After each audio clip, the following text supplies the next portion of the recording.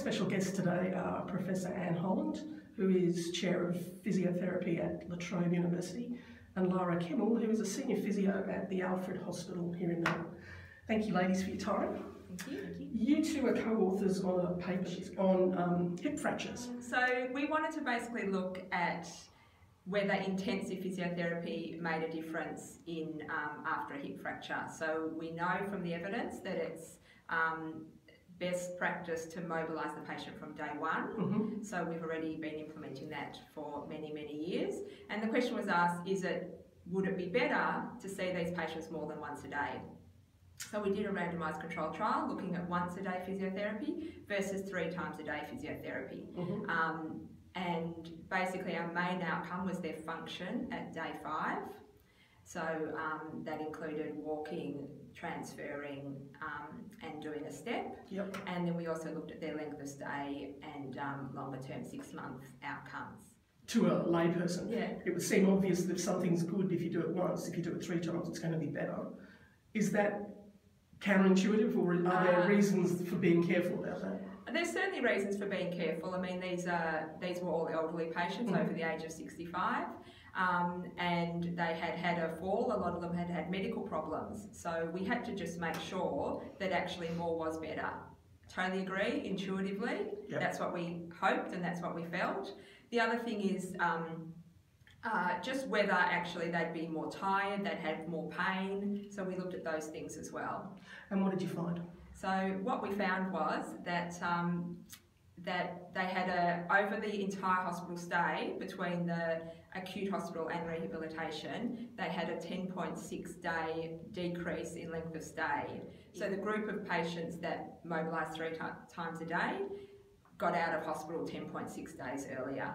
The primary outcome measure, which was the functional score at day 5, also showed a difference when you had a look at the regression modelling, including some of the baseline factors into it. So they were better at day 5 and they got out of hospital quicker. And let's talk a little bit about the economic burden of hip fractures. Perhaps, Anne, you could speak to this, and the difference that could be made if this was a standard way of treating patients post-operatively. So I think the economic and policy implications of this are probably the most important outcome. This is a group of patients that use a lot of hospital bed days. Once they get into hospital, they stay in hospital for a long time, both in the acute setting and then in the rehabilitation setting.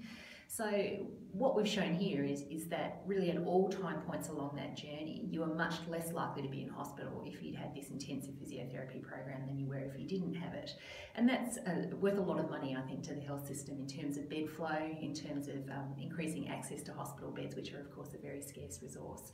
So what we're hoping is that this will make a difference in terms of health policy in the long term, in terms of how services are implemented to improve hospital outputs. Are there any barriers to making this standard treatment?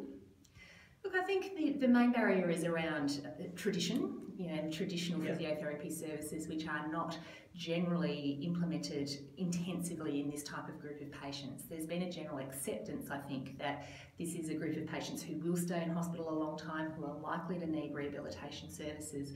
So loading up the treatment at the front end in terms of physiotherapy is not something that's been done, because we've just accepted that they'll go off to rehab and get out eventually.